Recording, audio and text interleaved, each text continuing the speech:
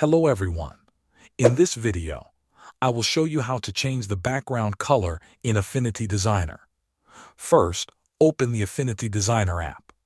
Wait for it to fully load and make sure you are on a new or existing document. Next, start by selecting a shape. You can use the rectangle or any shape you like. Click and drag it onto the canvas to place it.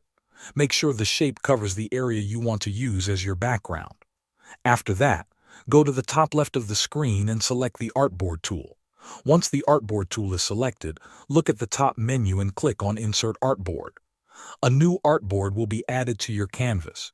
You can resize it to fit your existing content or keep it the default size. Now, go to the right-hand menu. Choose the color you want for your background. You can pick any color from the palette or enter a specific value if you have one. Once you select the color, the shape you inserted will fill with the chosen color. Make sure it sits behind all other layers.